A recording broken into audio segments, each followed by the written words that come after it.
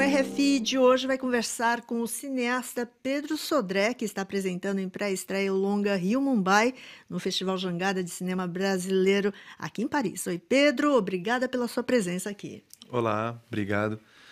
E, Pedro, qual que é a história do Rio Mumbai? A história de um jornalista cético que começa a ter algumas experiências estranhas na vida dele. E ele tem um vizinho que é um cientista meio maluco, assim, e que tenta convencê-lo de que ele está tendo umas experiências de viagem no tempo. Claro que ele não acredita nisso, mas os acontecimentos acabam o levando a se questionar sobre a realidade desses acontecimentos e buscar exatamente o que é. Isso foi uma história que, bom, você foi você é uma das pessoas que escreveram essa história. Da onde veio essa inspiração?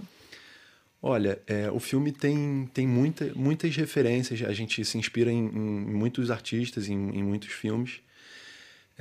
Tem uma vontade minha de questionar a realidade, de eu sempre ter me questionado filosoficamente sobre questões talvez até existenciais e um interesse pela cultura oriental, pela cultura indiana. E por isso Rio Mumbai. Exatamente. E como é que foi o processo porque foi filmado na Índia também, como é que foi a produção desse, que é o teu primeiro filme, né? Como é que foi fazer um primeiro filme? Longa, né? Exato, nosso primeiro longa-metragem. E esse processo de produção até ele foi bem uma aventura, assim como uma parte do filme também. Então, a gente teve uma primeira etapa de filmagem na Índia, que a gente fez sem nenhum recurso, né? Eu e o Felipe Fittipaldi, que foi o primeiro fotógrafo do filme. A gente fez uma primeira etapa de filmagem mais documental na Índia. Já tinha a ideia do filme, mas a gente ainda não tinha um roteiro desenvolvido. Então, foram filmagens assim que a gente ia usar para essa lembrança da viagem do personagem principal. Aí depois a gente chegou no Brasil de volta e preparou o projeto para a captação de recursos e conseguiu, em 2013, já um primeiro patrocínio que a gente então usou para fazer algumas cenas do filme e montar um teaser que ajudou a gente a vender o projeto e conseguir, então, mais um recurso. Em 2015, então, a gente filmou a última etapa do filme. Então, foi um filme que foi feito em 6 anos, assim, num espaço de 6 anos, mas com um intervalo também de quase 2 anos em cada filmagem. E também acompanhando uma crise do Brasil, né? Uma crise política, uma crise financeira. Isso teve influências na produção do filme? Realmente, com certeza influencia tudo, né? Influencia toda a vida do país. De qualquer forma, já é muito difícil fazer cinema no Brasil. Principalmente se é um primeiro filme, um primeiro longa-metragem. Então, realmente a parte de captação de recursos é sem dúvida a parte mais difícil. E a gente teve que se reinventar, a gente teve que dar um jeito de conseguir fazer, porque essa era a nossa vontade, o nosso objetivo. Então, a gente, com todas as dificuldades, a gente conseguiu realizar muito graças às parcerias que a gente fechou, tanto com a Rio Cinema Digital, que é a coprodutora do filme, quanto com a equipe, com profissionais que se dedicaram de uma forma integral no filme, mas dentro da realidade que a gente podia oferecer.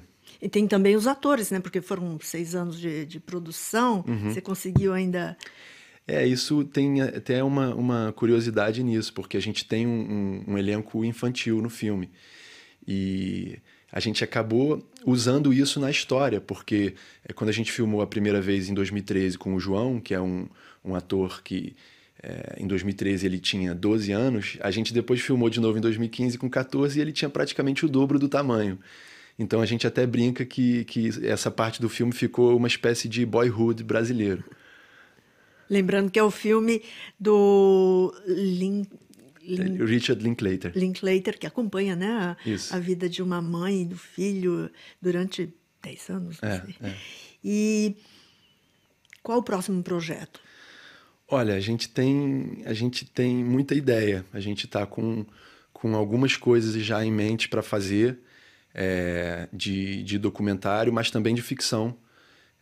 Tem um projeto, até uma possibilidade de uma coprodução com a Europa, mas ainda muito embrionário. A gente ainda não tá com um roteiro pronto. A gente ainda vai começar uma nova aventura.